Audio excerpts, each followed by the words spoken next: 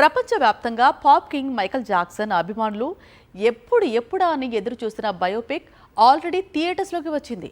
అయితే రిలీజ్కు ముందు క్రిటిక్స్ ఇచ్చిన తక్కువ రేటింగ్స్ ఈ సినిమా ఓపెనింగ్స్పై ప్రభావం చూపాయి.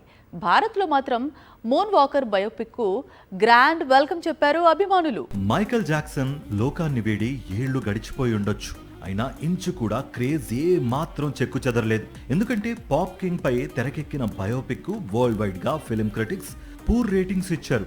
బయోపిక్ బాలేదన్నారు, కానీ ఫ్యాన్స్ ఆగితే కదా జాక్సన్ జాక్సన్ అంటూ థియేటర్ వైపు పరుగులు తీస్తున్నారు. చాలా తక్కువ సందర్భాల్లో మాత్రమే రివ్యూస్ గురించి పట్టించుకోకుండా ఆడియన్స్ థియేటర్స్ కి క్యూ కడుతూ ఉంటారు.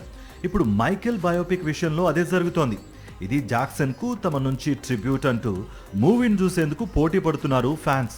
పాప్ ప్రపంచంలో మైకేల్ జాక్సన్ ఓ సంచలనం. స్టేజ్ పై అతని పర్ఫార్మెన్స్, కనికట్టు చేసే స్టెప్స్, అతనికి మాత్రమే సొంతమైన స్టైల్ ప్రపంచవ్యాప్తంగా జాక్సన్ కు కోట్ల మంది అభిమానులను సంపాదించి పెట్టింది. ఇప్పుడు కోట్లాది మంది అభిమానులే థియేటర్స్ వైపు కదులుతున్నారు. దీంతో తొలి వీకెండ్ దాటే వరకు ఈ చిత్రం 200 మిలియన్ దాటే అవకాశాలు కనిపిస్తున్నాయి.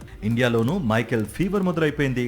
ఇయర్స్ బిగ్గెస్ట్ హాలీవుడ్ ఓపెనర్ గా మైకేల్ మూవీ నిలిచే ఛాన్సెస్ కనిపిస్తున్నాయి.